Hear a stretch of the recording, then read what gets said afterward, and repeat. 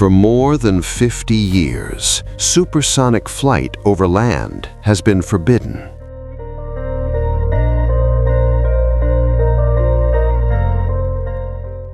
Not because it was unsafe, not because it was impossible, but because it was too loud. Every time an aircraft crossed the sound barrier, it announced itself with violence. A crack, a shock, a reminder that speed had a cost. Windows rattled, cities complained, government listened, and supersonic travel vanished from the sky. Not slowly, decisively. The problem was never speed, it was sound.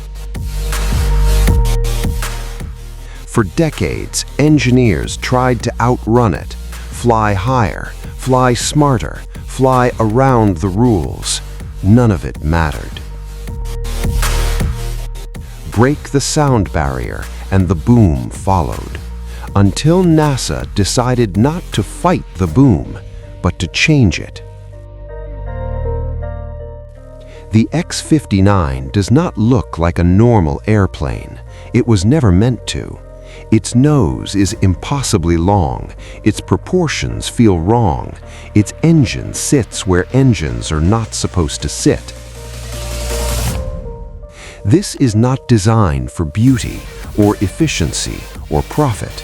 It is designed for consequence. The X-59 was built for one purpose: to make a sound that people could live with.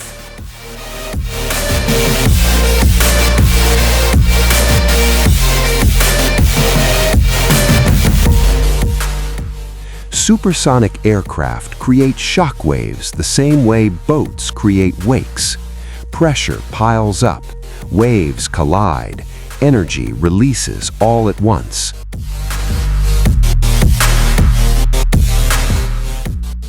That release is the sonic boom, sharp, sudden, unforgiving.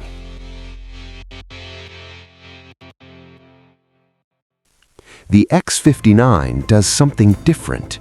It stretches those waves, breaks them apart, refuses to let them combine.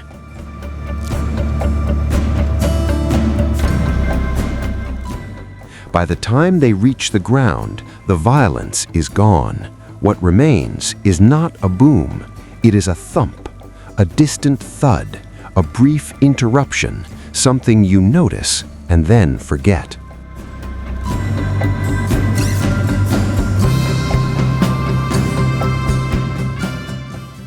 NASA never aimed for silence, they aimed for acceptance. That single goal shaped everything: the fuselage, the nose, the engine placement, even the cockpit.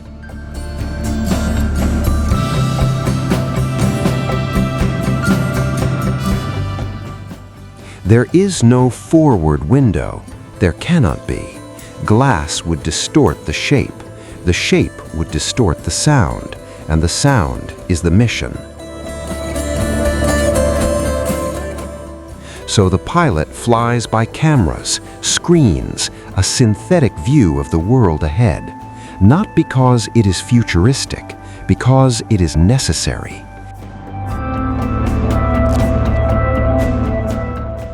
Every compromise serves the same master: sound. The X-59 is not fast for speed's sake. It is not advanced for prestige. It is not built to carry passengers. It is built to answer a question. What happens if a supersonic aircraft flies over a city and no one is startled? That question matters more than performance charts. Because this aircraft is not meant to convince engineers, it is meant to convince people. NASA plans to fly the X-59 over real communities, real neighborhoods, real homes. And then they will ask, what did you hear? Did it bother you? Did it interrupt your day? Those answers matter more than decibels. Because regulators do not write rules for machines, they write rules for society. NASA is not trying to sell an airplane, they are trying to change reality.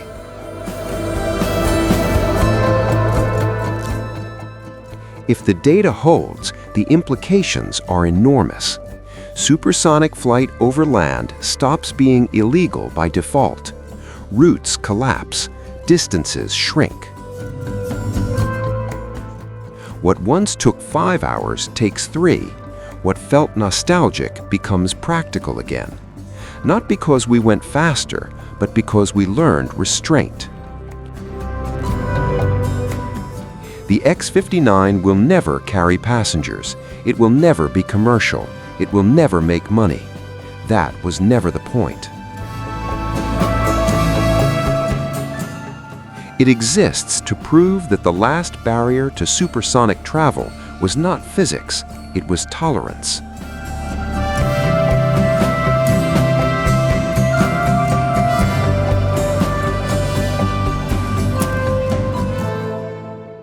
The sound barrier was never just a wall of air, it was a social boundary.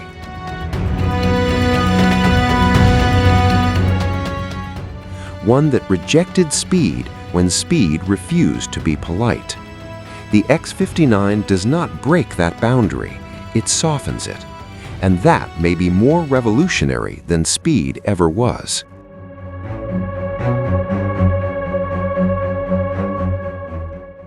The future of supersonic travel does not begin with a boom. It begins with a sound quiet enough to ignore. And for the first time in half a century, that future feels possible.